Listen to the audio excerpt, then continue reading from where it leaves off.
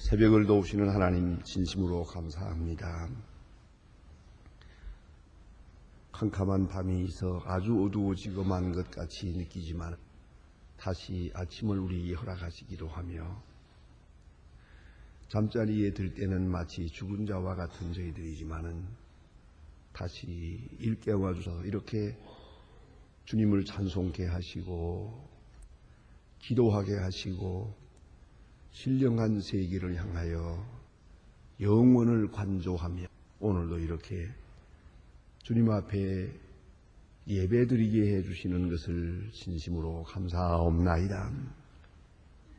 도처에 재난이 있고 전쟁이 있고 굶주림이 있고 많은 고통당하는 자가 있사오나 우리가 저들보다 나은 것이 아무것도 없건만 어찌하여 우리를 이렇게 살아서서 오늘도 평안하게 하시고 때로는 풍전등화와 같기도 하고 때로는 벼랑에 선 것 같은 위기를 우리가 두려운 가운데 맞고 있지만은 아무것도 모르는 것처럼 조용하게 다시 아침을 맞게 되오니 진심으로 감사하옵나이다.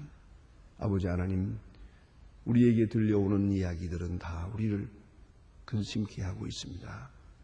많은 질병이 유행하고 있고 불치병이 있고 그리고 또 상상할 수 없는 엄청난 일들이 우리 앞에 다가오고 있건만 이만큼 건강을 지키며 살게 해주시오니 이 또한 진심으로 감사하옵나이다. 죄악의 물결은 날로 높아만 가고 있습니다. 그러나 우리로 하여금 믿음을 지게 하시고 오늘도 모든 시험을 물리치고 하나님 앞에 나와 기도할 수 있게 하시오니 이 은혜를 진심으로 감사하옵나이다. 하나님 아버지, 은혜를 모르는 자에게 은혜를 베푸시고 참을 만한 가치가 없는 자를 참아주시기도 하며 또한 많은 은사를 은사대로 갚지 못하고 이렇게 게으르고 나태한 가운데서 달란트를 땅에 묻어두는 자와 같은 그러한 미련한 저지만도 꾸짖지 아니하시고 오늘도 많은 은사를 베푸시고 불에 넘치는 크신 축복을 허락해 주시는 하나님 진심으로 가하옵나이다. 하나님 아버지, 이제 간절히 바라옵는 것은 우리의 날이 얼마인지 알 수 없지만은 주께서 우리를 부르사 요단강 건너가는 그날 아침까지 강건하게 하시고 주 앞에 나올 수 있게 하시고 주를 찬송하는 마음으로 살게 하여 주시옵소서. 우리의 몸은 죄하겠지만은 우리의 마음은 날로 새로울 수 있으며 우리의 세상과의 관계는 멀어지지만은 주님과 가까이 하면서 더 소망에 충만한 그런 생을 살게 해 주시옵소서. 대접을 받고자 하는 마음은 지난날로 족합니다. 이제 다 저버리고 모든 욕심을 접어두고 이제는 섬기는 마음, 봉사하는 마음으로 살게 하소서. 내가 참아서 다른 사람에게 기쁨을 줄 수 있다면 참을 수 있게 하시고 때로는 내가 희생해서 다른 사람을 의롭게 할 수 있다면 내가 희생할 수도 있게 하여 주시옵소서. 하나의 썩어지는 미랄이 되어 아름답고 귀한 열매를 거두는 귀한 주님의 자녀들 되게 하여 주시옵소서. 오늘도 하나님의 말씀이 바르게 전해지게 하시고 말씀의 능력이 있게 하옵소서. 이 말씀이 어둠을 물리치고 죄악을 이길 수 있게 하소. 교회를 섬기는 주님의 일꾼들 몸과 마음 진실 그 중심을 보시고 하나님이여 하늘로부터 주시는 큰 축복 주의 신실한 일꾼들에게 더해 주시옵소서. 교회가 교회된 귀한 사명을 잘 감당하게 하시고 이 나라를 주님 돌보시사 정치하는 사람들이 정직하게 하시고 하나님 앞에 겸손히 행하게 하옵소서. 온 국민이 서로 돕고 신뢰하고 서로 사랑하고 그런 아름다운 백성 되게 하시고 잘 살기를 서둘기보다 서로 베풀며 살아누는 아름다운 민족이 되게 하시고 지금 실직자들과 어려움을 당하는 많은 분들을 다 같이 감싸면서 이 난국을 타개할 수 있게 하시옵소서. 원컨대 부지런하고 정직한 백성 되게 하옵소서. 하나님 아버지, 저 북녘 땅에도 소속히 자유를 주시고 굶주림과 고난에서 건져주시며 어떤 길로든지 먹여주시고 굶어 얼어 죽는 불쌍한 심령들이 더 이상 있어지지 않게 하옵소서. 하나님의 말씀을 한 번도 들은 바 없어 구원받지 못하는 불쌍한 영이 있어지지 않게 하여 주시옵소서. 하나님 아버지, 오늘도 해외에 있든지 여행 중에 있든지 군문에 나가 있는 젊은이들, 공부하는 자녀들이나 그리고 우리 성도의 가정에 있는 귀한 자녀들, 주님 복을 내리시사 우리가 위하여 기도할 때 그들이 복을 받고 그들이 주님을 찬양할 때에 하나님께 영광되게 하옵소서. 특별히 병중에 있는 분들과 슬픔을 당한 가정들 하나 위로하여 주시옵소서. 주님 이날이 복되게 하시고 주와 함께하며 좋은 소식을 듣고 좋은 소식을 전하며 주님의 은혜를 시간시간 간증하는 아름답고 귀한 날이 되고 부족하지만 우리를 통해서 하나님의 귀한 뜻이 전해질 수 있고 이 복을 받게 하옵소서. 주 예수 그리스도의 이름으로 기도드립니다. 아멘. 하나님의 말씀 요엘서 1장을 보게 됩니다. 호세아 다음에 있는 책입니다. 요엘서 1장입니다. 요엘서 1장 1절로 12절까지만 오늘 아침 보게 되겠습니다. 요엘 1장 1절로 12절입니다. 저와 같이 한 목소리로 봉독하시겠습니다. 여호와께서 부두엘의 아들 요엘에게 이르신 말씀이라. 늙은 자들아 너희는 이것을 들을지어다. 모든 검이나 너희는 귀를 기울일지어다. 너는 날에나 열조의 날에 이런 일이 있었느냐? 너희는 이 일을 그 자녀에게 고하고 너희 자녀는 자기 자녀에게 고하고 그 자녀는 후대에게 고할 것이니라. 팥종이가 남긴 것을 메뚜기가 먹고 메뚜기가 남긴 것을 늑이 먹고 늑이 남긴 것을 황충이 먹었도다. 물은 취하는 자 너희는 깨어 울지. 포도주를 마시는 자들아 너희는 곡할지어다. 이는 단 포도주가 너희의 입에서 끊어졌으니 한 유기가 땅에서 올라왔음이로다. 그들은 하고 무수하며 이를 사자같이 하고 그 어금니는 암사자의 어금니 같도다. 그들은 내 생을 멸하고 내 무화과 나무를 긁어 하얗게 하시겠소. 모든 가지가 다 하얗게 되었도다. 너희는 애곡하기를 처녀가 어렸을 때에 약혼한 남편을 인하여 굵은 배를 애곡함 같을지어다. 소재와 전제가 예전에 끊어졌고 여호와께로 수종드는 제사장이 슬퍼하도다. 밭이 황무하고 토지가 커양하니 곡식이 지나여 그 새로운이 맑았고 기름이 다하였도다. 농부들아 너희는 부끄러워할지.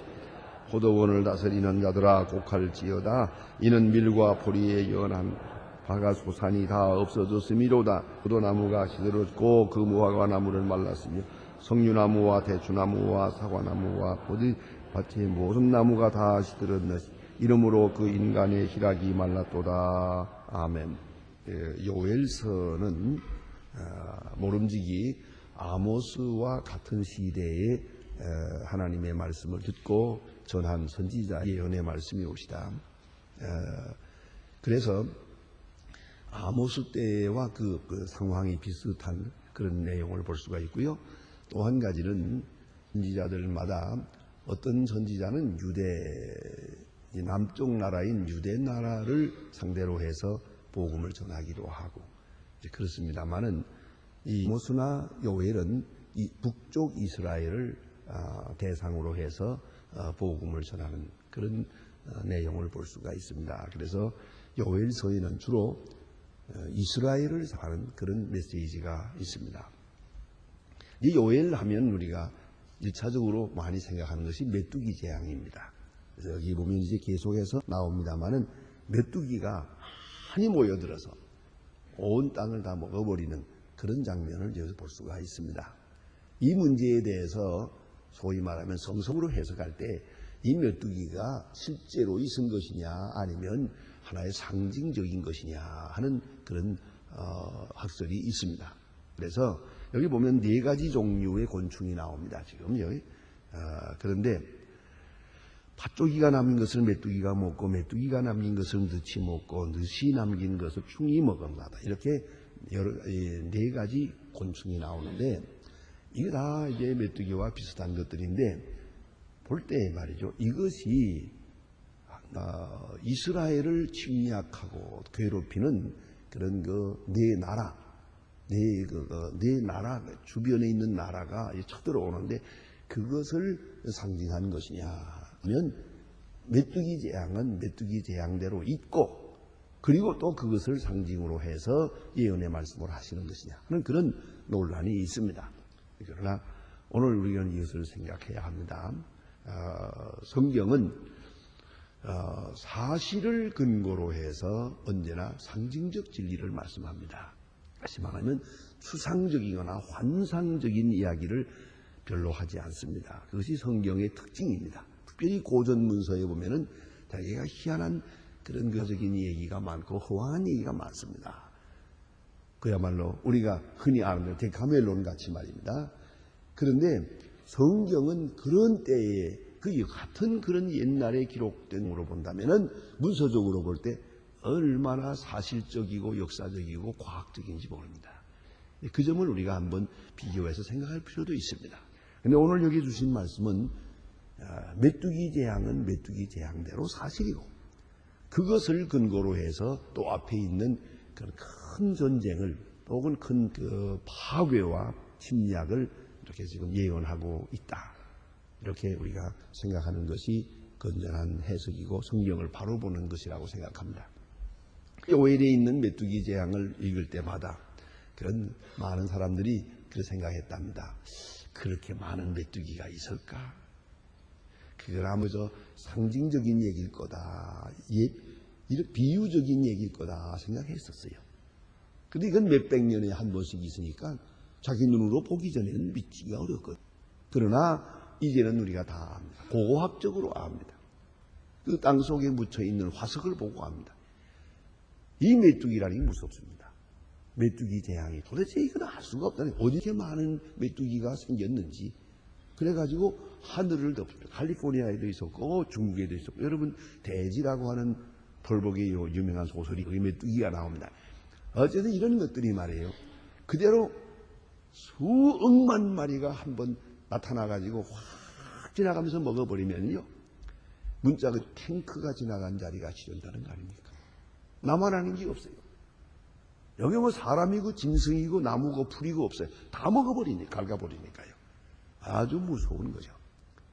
이건 우리가 직접 우리가 경험하지 못했기 때문에 우리는 알기 어렵습니다. 그러나 이거는 고고학적으로 혹은 현실적으로 이건 우리 이 지방에만 없지 다른지 있었던 일이니까요. 이제 우리는 이것을 알게 됐습니다. 그런 이전까지는 이게 아무래도 이런 일이라는 있기가 어려운데 했었습니다. 그러나 지금도 종종 적은 숫자지만 그게 있습니다. 도대체 어디서 급하게 이 메뚜기가 이렇게 오래 사는 곤충이 아니에요. 어디서 그렇게 번성을 해가지고 이렇게 많은 메뚜기가 하늘을 덮는지 알 수가 없다는 거예요. 네. 그대로 모여들기 시작하면 굉장합니다. 이런 메뚜기 그 떼가 몰려드는 그런 거 영화에도 가끔 나오는데요. 얼마나 대단한 건지 알 수가 없습니다. 오늘 본문에 보니까 메뚜기 재앙이 나오거든요. 이제 그게 계속 나오는데요. 이렇게 많은 메뚜기가 나타나서 한 번 지나가게 될 때 인간의 모든 노력이 다 무산이 됩니다. 농사짓고 해를 썼지. 그 무슨 소용이 있습니까? 그대로 다 먹어버리고 막. 여기 보니까 아주 말갛게 모든 나무가 나무를 긁어 말갛게 벗겨버렸어요. 말갛게 벗겨버렸어요.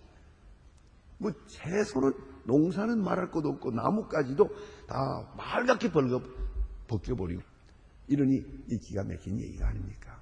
그런 어려운 재앙이 있을 것이다. 이 메뚜기 재앙이 있고 또한 그 바로 왕 때에도 메뚜기 재앙이 있잖아. 이처럼 메뚜기 재앙이 있는데 그것을 여기서 예언하고 있습니다. 그런 거로 우리 인간이 아무리 노력하고 수고하고 해도요, 재앙을 비껴가려고 하고 면하려고도 하고 뭐 별 방법을 다 써도 하나님이 하시는 일 앞에 꼼짝을 못합니다. 지금 우리는 지금 또 어려운 문제에 부딪혀 있습니까? 요새 뭐 에이즈라고 하는 것으로 인해서 지금 이렇게 수천만 명이 지금 이렇게 비참하게 아주 썩어 문드러져 죽어가고 있고요. 이것이 남의 얘기가 아닙니다. 이 땅에 2,000명 이상이 기하급수적으로 늘어갑니다. 이런 무서운 질병이 있는가 하면 또 요새 무슨 광우병이라고 말이에요. 크레이지 카우라고 해요. 매드 파워라고 그러는데 이 매드 카우라고 하면 이거 또 무서운 겁니다요. 그거는 아주 그대로 사람의 그 짐승의 두뇌가 아주 그냥 구멍이 뻥뻥 뚫리면서 스폰지같이 돼버리고 멍청해지면서 비틀어져 썩어가지고 죽는 겁니다. 이게 또 지금 사람에게까지 옮겨와서 지금 뭐 온 세계가 다 벌벌 떨고 있지 않습니까? 자, 이제 보세요. 또 여기까지만 아니죠. 또 무슨 또 깜짝 놀랄 일이 있었는지 계속 이런 우리가 감당할 수 없는 무서운 재앙이 다가오고 있습니다. 그러나 또 한 번 생각해야 될 것은 이 재앙이 끝이 아니고 이건 다음 재앙에 대한 예표라는 말입니다. 이것이 소론과 같은 신호에 불과한 것이에요. 여기서 지금 메뚜기 재앙이 있어요. 여기에 지금 요엘서에 나타나는 것을 보면 이건 실제 눈앞에 보이는 거예요. 그러나 이 메뚜기 재앙은 약과예요. 이제 저 앞에 아스로 왕 산헤립이 있거든요. 그가 쳐들어올 때 가서는 이건 또 이건 약과예요. 그런 거로 눈앞에 있는 지금 사건이 아주 큰 재앙같이 느끼지만은 이것은 재난의 시작이에요. 예수님께서 마태복음 24장 5장에서 말세에 대해서 예언하시는 말씀을 들어보세요. 거기 보면은 전쟁이 있고 재난이 있고 지진이 있고 사랑이 식어지고 서로 배신하고 배교하고 어려운 일들이 있을 것이다. 그리고 예수님 아주 담담하게 말씀하십니다. 영원향적으로 하나님 나라라고 하는 그 큰 역사 속에서 이 사건을 볼 때 예수님은 담담하게 말씀하십니다. 이것은 재난의 시작이라고. 아직도 시작이에요. 그럼 끝은 언제입니까? 복음이 땅 끝까지 전파되리라. 그제 끝이 오리라. 시작과 끝을 똑바로 이해해야 됩니다. 시작은 재난이지만 그가 아직도 시작이에요. 그 재난을 위해서 재난이 있는 게 아니에요. 문제는 구원을 위한 재난이요, 복음을 위한 재난이 올시라. 그런 거로 재난은 아무리 커도 재난이 끝이 아니에요. 끝이 아니에요. 구원이 끝이에요. 이 모든 사건들 속에서 이 전쟁과 이 혼란 속에서 인간 노력과 수고가 다 무산되는 그런 순간에 이제 하나님의 뜻이 이루어져요. 복음이 땅 끝까지 전파되리라. 그제야 끝이 오리라. 주님의 말씀입니다. 그런데 오늘 본문에도 보니까 이 재앙의 날이 올 때 얼마나 어려운가. 이거 보니까 농사하고 수고한 거 다 헛되게 되겠다 했고요. 또 하나 있습니다. 너희는 애곡하기를 처녀가 올 때 약혼한 남편을 인하여 굵은 배로 동이고 애곡함같이 할지어다. 처녀가 어렸을 때 약혼한, 부모님들이 얘기해서 약혼했어요. 이제 큰 다음에 결혼하기로. 근데 이 남자가 전쟁에 나가서 죽었어요. 그러니까 결혼식도 못 치러보고 과부가 된 거죠. 옛날 사람들은 이렇게 되면 이게 처녀 과부거든요. 이렇게 한평생을 살아버리는 거예요. 기가 막히지 않습니까? 결혼도 못 해보고 과부요. 그리고 한평생을 늙어 죽는다요. 이런 맥힘이 어디 있습니까? 어쩌면 살아보다 보면 좋은 일도 있고 나쁜 일이 있어서 덤덤할는지 몰라도 살아도 못 보고 그야말로 아주 깨끗한 처녀가 마음으로만 사랑하고 그 날을 기다리다가 과부가 돼버렸거든. 이 기맥힌 사람이 얼마나 통곡을 하겠습니까? 이 이야기를 여기서 말하고 있어요. 저는 63년입니다. 그때 저 프린스턴에 가서 공부할 때 그런 학생을 하나 만나본 일이 있습니다. 미스 바브라라고 여자인데요. 그런데 그 학교에 와서 아주 우울하게 공부를 하지 않고 그저 이렇게 좀 이렇게 여행을 온 사람처럼 그렇게 지내는 걸 보고 공교롭게 제가 만나서 인사를 하게 됐는데 아마 내가 외국 사람이고 또 뭐 하니까 그런 아마 안심하고 자기 답답한 사정을 얘기한다고 하면서 얘기하더라고요. 약혼한 남자가 있었어요. 그리고 열렬히 사랑하면서 이제야 공부를 마치고 결혼하자. 그리고 정말 나를 꼽아가면서 그날을 생각하며 지금 자기 얘기 앞에 있는 공부를 열심히들 하고 있었어요. 그런데 어느 날 급한 전화가 왔어요. 경찰서에서. 이 사람이 사랑했던 그 남자가 차사고로 죽었다는 거예요. 그 전화를 받으면서 그냥 기절했대요. 사흘 후에야 깨어났답니다. 그리고 그분은 얘기가 그래요. 그러면 내 좀 싱거운 소리 해봤죠. 아, 여기 뭐 남자 많은데 뭐 그랬대. 다시 약혼하면 다시 사랑하면 될 거 아니냐 그러니까 그걸 내 마음대로 할 수 있으면 내가 왜 울겠냐고요. 어떤 남자를 만나도 안 되겠고요. 어떤 사람을 만나도 연애 감정이 생기질 않는데요. 나는 아무래도 이대로 살다가 죽을 것 같다 그래요. 이 상처 때문에요. 그리고 그렇게 구슬는 것을 내가 보았어요. 오늘 이 성경을 읽으면서 그 바브라 생각이 나요. 얘기잖아요. 애곡하기를 처녀가 어렸을 때 약혼한 남편하여 약혼하기 위해 남편이니까 그런데 약혼한 남편을 인하여 굵은 배를 입고 애통을 받으리라. 그런 가장 비통한 그런 비통만 여기다 말씀하고 있어요. 그런 고통이 있을 것이다 라고 말합니다. 그리고 또 한 가지는 모든 기쁨이 다 사라지겠다. 제사장은 드리는 것이 기쁨인데 제사장은 슬퍼하도다. 포도주가 말랐고 그리고 모든 음식 맛이 다 떠나버렸어요. 슬픈 일을 당하고 나면 입맛이 없어져요. 식욕을 없어집니다. 그래서 포도주가 말랐고 기름이 다 아니라 즐거움이 다 사라져. 인간의 희락이 말랐도다 그랬어요. 인간의 희락이 말랐다. 여러분 기쁨이란 것은 물질로부터 오는 것 같아도 그렇지 않아요. 물질이 가지고 있는 상징적 의미가 먼저죠. 그래서 이 심볼리즘이라는 이 상징이라는 게 중요한 것이죠. 그게 마음이 따라가지 않으면 아무도 없는 거예요. 물질 자체만 가지고는 오히려 굴욕적이에요. 육체적인 행위라고 하는 것은 오히려 굴욕적인 것이에요. 거기에 종적이고 영적인 것이 함께 할 때 예술적 가치가 생기는 것이죠. 그런데 오늘 여기 성경에 보니 이렇게 큰 재난을 당하고 보니까 관이 뒤집히는 거예요. 모든 기쁨이 다 사라지고 말았어요. 먹어도 기쁘지 않아요. 가져도 기쁘지 않아요. 또 보는 것이 없어요. 이런 엄청난 고통을 겪게 될 것이다. 그런 말씀이 옵시다. 그래서 무화과 나무가 말랐으며 성교나무가 대나무가 사과나무와 밭의 모든 나무가 다 시들었으니 그러므로 인간의 희락이 말랐도다. 인간의 희락이 꿈이 말라버렸다는 거예요. 종종 우리는 그런 분들을 보아요.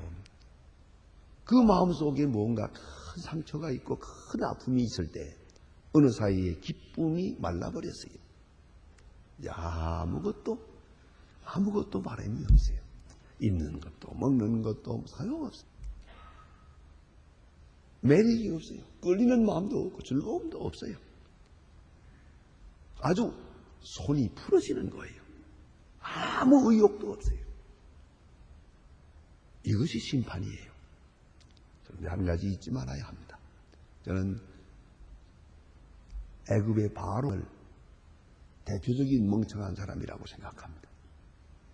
성경은 이 사람을 가르쳐서 강팍한 사람이라고 말했습니다. 재앙이라는 것은 한 번, 두 번 받아보았으면 이 정신을 차려야지. 그것을 그래 10가지 재앙을 다 받을 게 뭐 있습니까? 참 못된 사람이에요. 그런 거로 사람 중에 제일 못된 사람이 고집이 센 사람이에요. 아니 그만하면 눈치 그렇잖아요. 눈치로라도 알고 느낌이 와야지. 그래 하나님이 하시는 걸 보면 알 거 아니에요. 이 정도쯤 2번, 3번 정도 재앙을 맞고는 손을 번쩍 들었으면은 그거 얼마나 좋아요. 그 10재앙을 다 받고요. 그뿐입니까? 왜 또 홍해까지 따라가기는 그건 덤이에요. 11가지 재앙을 받고 그러니까 홍해까지 따라갔다가 근데 홍해에 묻혀버리고 말잖아요. 왜 이렇게까지 된 것 같습니까? 교만해서요. 강팍했어요. 재앙을 받으면서도 강팍했어요. 하나님이 여기 주시는 말씀은 이제 여러 가지 황충들이 메뚜기가 있고 황충이 있고 계속 4번 큰 재앙이 왔어요. 그때 회개했어야죠. 이것을 통해서 경고해 주시는데도 불구하고 끝까지 회개하지 않았어요. 마침내 아수르 왕이 쳐들어오는 거예요. 아주 초토화시키는 거예요. 우리는 상징적으로 예표적으로 우리에게 경고를 주실 때 그때 민감하게 깨닫고 돌이켜야 하는 것입니다. 하나님이 말씀하실 때 돌이키면 재앙이 없을 것입니다. 첫 번 재앙에서 돌이키면 2번째 재앙이 없을 것입니다. 우리 앞에 있는 재앙을 통해서 지금 경고하실 때 뭘 경고하십니다. 그 재앙이 가까이 오고 있습니다. 그 전에 우리가 정신을 차리고 회개할 때 그 재앙은 우리에게서 비껴갈 것입니다. 기도하십시다.